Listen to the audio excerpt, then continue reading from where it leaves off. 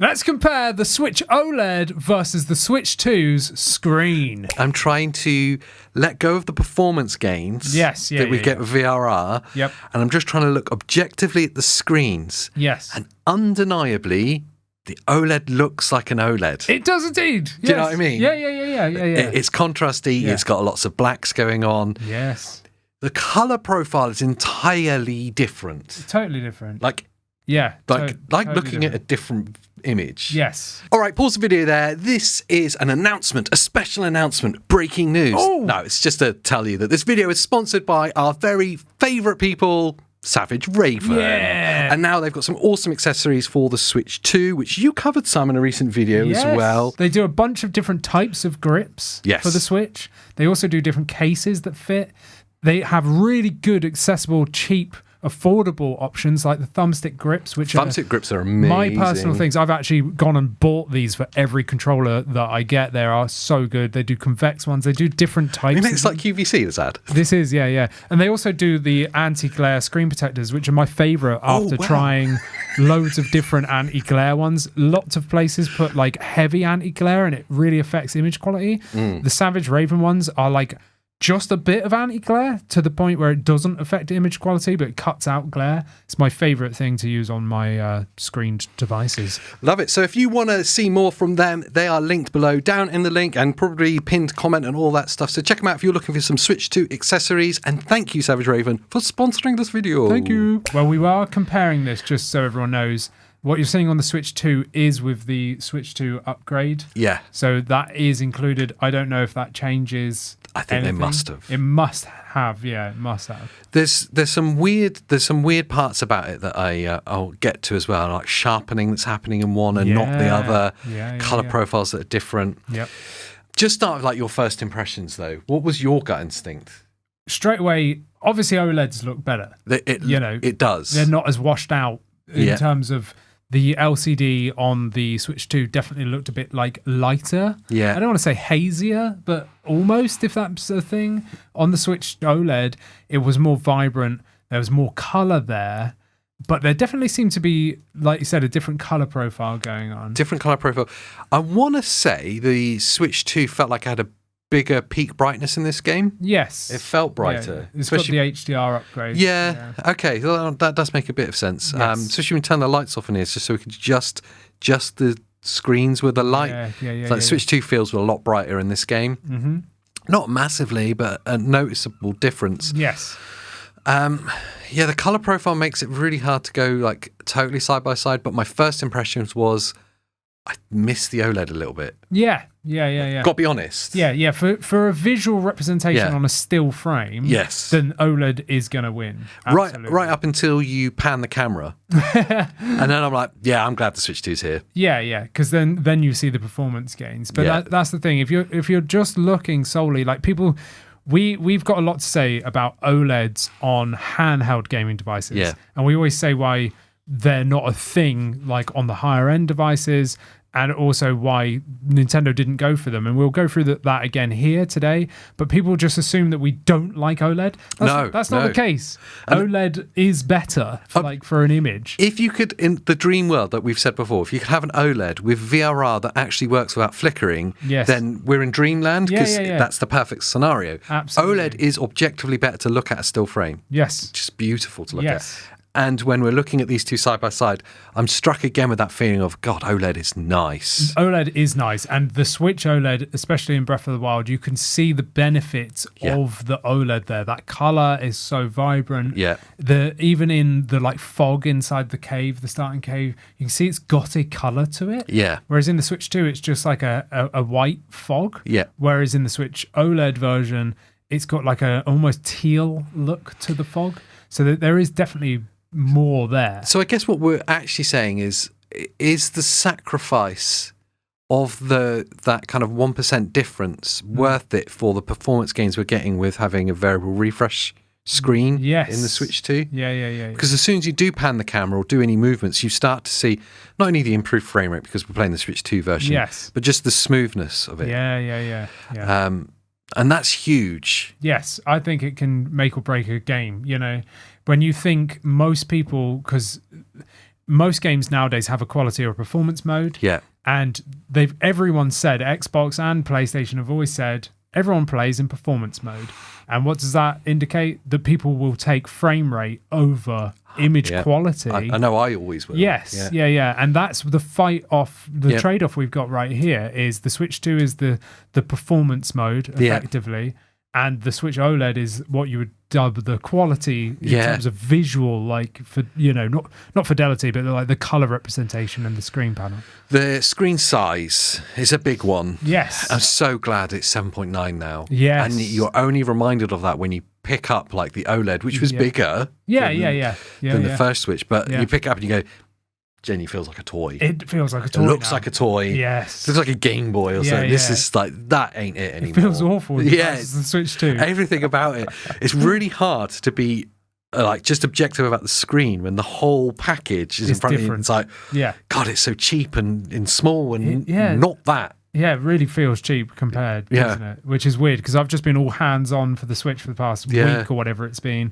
And then finally picking up the OLED, it's like, it feels like a toy, like you said. There's definitely on the Switch 1 version, and I can't tell if it's the Switch 1 version of the game or if it's to do with the OLED monitor. Mm-hmm. There's definitely sharpening that's happening in that's not happening in the Switch 2 version on the LCD. I think that's to do with FSR. I think it'll be an upscaling. It makes sense, yeah. So there'll be some form of upscaling on the Switch 1 version that will be, they're trying to hide how low the base resolution will be by cranking the sharpness up. Yeah. And I think that's what's very apparent. You can see it right in the distance. Yes, yeah. And even on Link himself, like on his hair. We see the artifacts more on him, don't you? Yeah, you see the artifacts way more up close. But the distance, whilst it looks sharper, like the castle or wherever it is in the background did look sharper. Yeah. I actually think it makes it feel more gamey. Yes. Whereas on the Switch 2, there's none of this sharpening there. So you've got a softer image, but it creates more depth. I wanted to say that. It's like, with the sharpened one on the OLED, it's like, it almost feels way more cel-shaded. Yes, yeah. And I don't like that as much as the kind of more animated realism of the Switch 2 version on the LCD. Yes, and I think the Switch 2 version is not having to do as much heavy lifting on the upscaling side, so they don't need that cranked sharpening. Yeah. It's a mask that you use on PC gaming, isn't it? When the resolution's too low. Yeah. I saw you do it on the Ally X a lot. Like let's bump some sharpness into there to kind of compensate. Mm-hmm. It's definitely happening there. It makes it look and feel a bit fake. But when you've got a still image, and you pause and you look and go, why is there more detail happening in the OLED in the background? Yeah. It's when you stop and look, you go, it's definitely sharpening. Yes, and the added fact that it's only a 720p screen. So we're going from 720p to 1080, so more pixels, less jaggedy edges, so the aliasing won't be so bad. I was a little bit kind of gut punched with how good the still images look. And I do remember when we went to the preview event, we said this as well about the LCD screen. The moments inside the cave in Zelda, and we're like, I'm not sure if this actually looks that good. Yes, and then you go out to where there's vibrancy and light, and the suddenly HDR kicks in. You go, this looks amazing. And I had exactly the same emotion again in this. Yes. It's like, and that's OLED, isn't it? In the dark areas, it's going to be better. Yes, yeah. So in the cave, for example, like on the OLED, it looks far better, like miles better, because it can deal with that contrast better. But I think if you were just past a Switch 2 and you just played that without having a comparison, you'd be like, this looks amazing. 100% agree. Like, it's great, but if you've got the OLED next to it like we did, you can then see that pining for the OLED panel.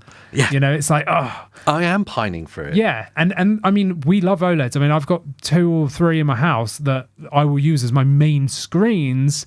The only thing is, and I just want to clear this up really quickly, people don't realize that VRR and OLED can be done on TVs and monitors, and it can be done on handhelds, but the problem lies with the APU side of it. So it's not powerful enough to bring the 1% lows up high enough to stop it from fluctuating so much that it causes like a contrast flicker, basically, and that's what the OLED flickering is.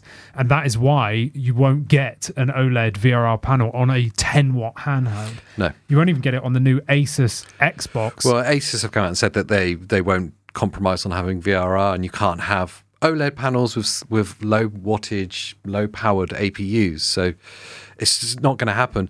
There's going to be some manufacturers that are going to just slap it in there, and I think I'm glad Nintendo haven't done that. Yes, it'd be very easy for them just to go, it's got an OLED, isn't that fantastic? And then everyone's having issues with the 1% lows causing like frame flickering and stuff, and it just generally having a bad experience. Yep.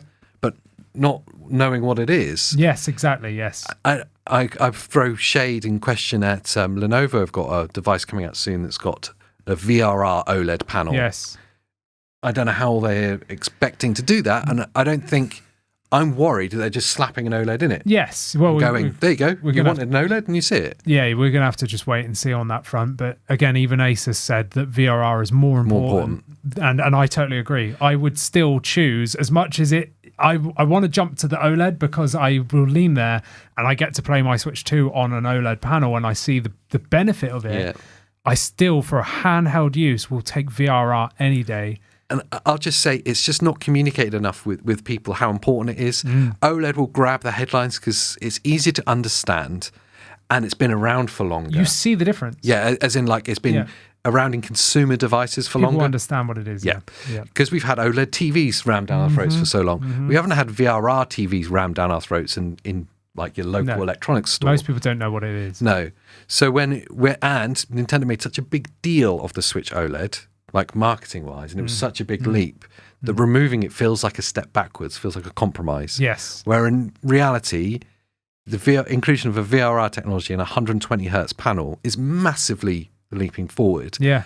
And I'm just glad that they didn't just settle for any OLED panel just to appease people. Yes. They've done what's actually right for the gamers, even if gamers don't necessarily realise it yet themselves. Yes, exactly. And I think that's the thing, is it's very easy for anyone, even a non-gamer, to look at an OLED panel and say, that looks better. Yeah, and it does. Yeah. Even a lot of gamers don't understand what VRR is. So just to clear that up as well, VRR, basically, it can sync to the GPU side of the APU. So when the graphics card is ready with a frame and it pushes it out to the screen will wait for the graphics card to tell it when a frame's coming and refresh perfectly in sync. Yeah. Right. And then it will vary depending on how quickly that GPU is pumping out frames. Yeah. Whereas with a non-VRR panel, it's set. And that's why the Switch OLED is 60 hertz. The real importance with that, especially with like mobile devices, APUs and low-powered processors, is you're going to get fluctuations in your frame rate. So you're going to get dips happening in the frame rate,